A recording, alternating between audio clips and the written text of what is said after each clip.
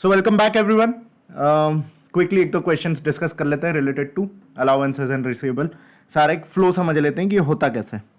ठीक है, तो क्या लिखा है, Laddoo's receivables ledger control account, मतलब बेसिकली रिसीवेबल का overall account shows a balance at the end of the year. इतना बैलेंस है भाई 58,200 before making following adjustments. Laddoo decides to write off debts amounting to 8,900 as he believes they are irrecoverable, मतलब ये irrecoverable debt तो आपको मिल गया। He also decides to make specific allowance की बात चल रही है फॉर सुनीता 1300, जीतू 750 और माधुरी 1416।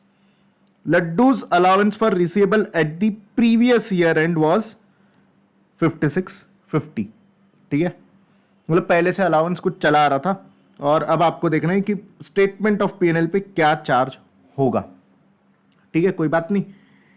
फर्स्ट वाली आइटम डिस्कस कर लें, सबसे आसान वाली। ये क्या हो गया, इररिकवरेबल डेट।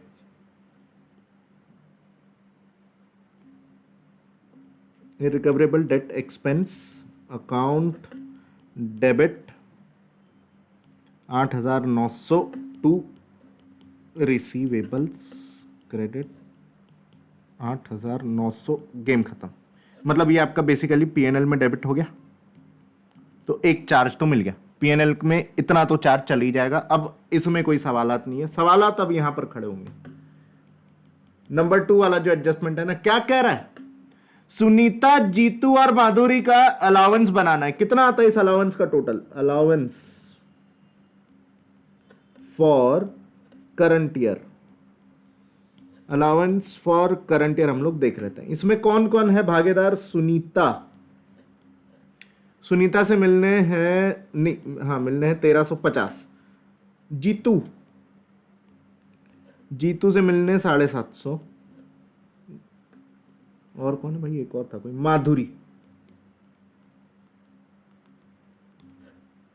माधुरी से मिलने 1416। तो टोटल कितना आ गया इनका देख लेते हैं। 1350, 750,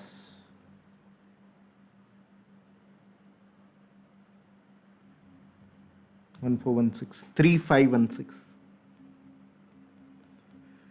ये चाहिए आपको करंट ईयर में, इतना अलाउंस चाहिए आपको करंट ईयर में।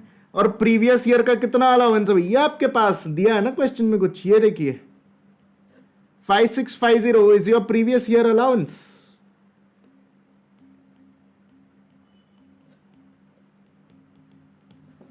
मतलब आपको अलाउंस कम करना है दादा, आपको अलाउंस करना है कम। आपके बुक्स में देखिए अलाउंस ज्यादा पड़ा हुआ है, आपको अलाउंस करना है कम।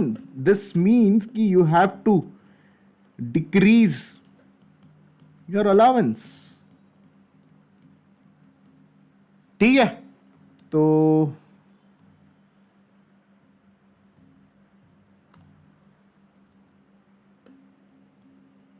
2134 से आपको अलाउंस कम करना है। मैंने ब्रैकेट लगाया नेगेटिव बिकॉज आपको अलाउंस करना है कम करना है भैया अलाउंस।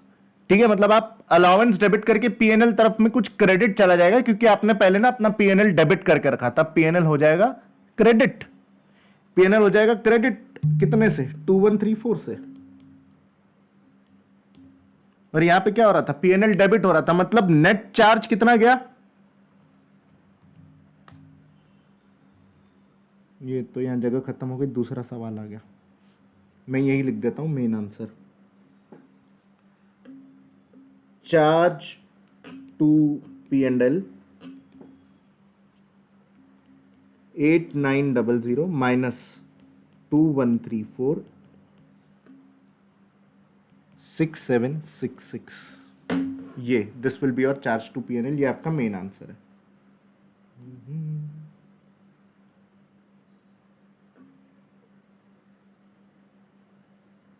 ये आपका मेन आंसर है, चार्ज टू पीएनएल। और ये रहे उसके कैलकुलेशन। इस तरीके के सवाल आपको आएंगे और ऐसे करना है सॉल्व। ठीक है, इस तरीके के सवाल आएंगे।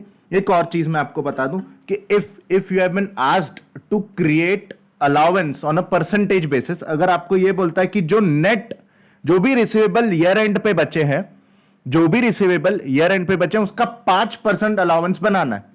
फॉर एग्जाम्पल 5% अलाउंस बनाना है, तो आप इस पे 5% मत निकालना, इस पे 5% मत निकालना, क्योंकि इसमें एक इररिकवरेबल वाला अमाउंट डिडक्ट होना बचा है। जो अमाउंट आपको पता है मिलने ही नहीं वाला, उस पे किस बात का अलाउंस भैया, वो तो पूरा ही हटा दो ना।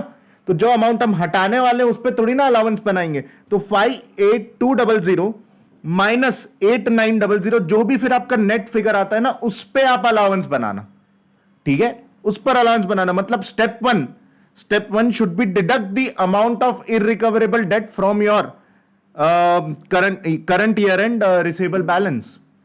जो आपको इररिकवरेबल लग रहा है वो हटाओ, और जो नेट अमाउंट आएगा उस पे आप परसेंटेज वाला अलाउंस अपना बना के चलना। भाई जो हटाना ही है उस पे थोड़ी ना अलाउंस बनाएंगे, है ना। तो ये उसका लॉजिक है। और बाकी ये अगर इस सवाल की बात रही तो इस तरीके से सॉल्व करना है तो आपके जवाब आ जाएंगे। अगर यहां पर इंक्रीज इन अलाउंस आता तो ये 8900 में और ऐड हो जाता और हम इसे आगे बढ़ा देते, मतलब जो भी पीएनएल में फिर जो भी चार्ज आता है ना।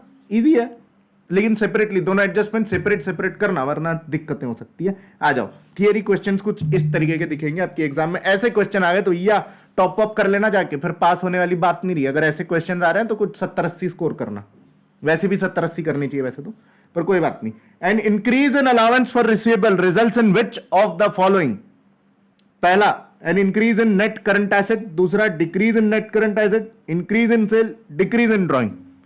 आपने अलाउंस बढ़ाया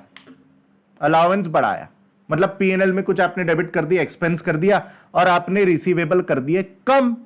रिसीवेबल कम होता है, हमने पहले ही पढ़ा था। बस रिसीवेबल में क्रेडिट नहीं होता, पर अगर आप अपनी बैलेंस शीट पर जाके देखेंगे तो रिसीवेबल हो जाएंगे कम। रिसीवेबल क्या है? Current assets. रिसीवेबल हो गए कम, है ना। उससे सेल बढ़ी क्या? नहीं सर, ड्राइंग से तो कोई लेना देना ही नहीं है, ड्राइंग्स छोड़ दो। तो आपके पास बचे ही नेट करंट एसेट वाले दो, इंक्रीज होगा या डिक्रीज होगा? डिक्रीज होगा। अगर आपका अलाउंस बढ़ता है तो नेट करंट एसेट डिक्रीज होगा, अगर आपका अलाउंस कम हो जाता है, जैसे हमने ये ऊपर वाले एग्जांपल में देखा, अगर आपका अलाउंस कम हो जाता है तो आपका करंट एसेट बढ़ जाएगा। सिंपल है, ठीक है। तो इस तरीके के सवाल अब अपने एग्जाम में एक्सपेक्ट कर सकते हैं। यहां पर ये चैप्टर हुआ खत्म, अगले चैप्टर के साथ शुरुआत करेंगे अगले वीडियो में। Thank you so much.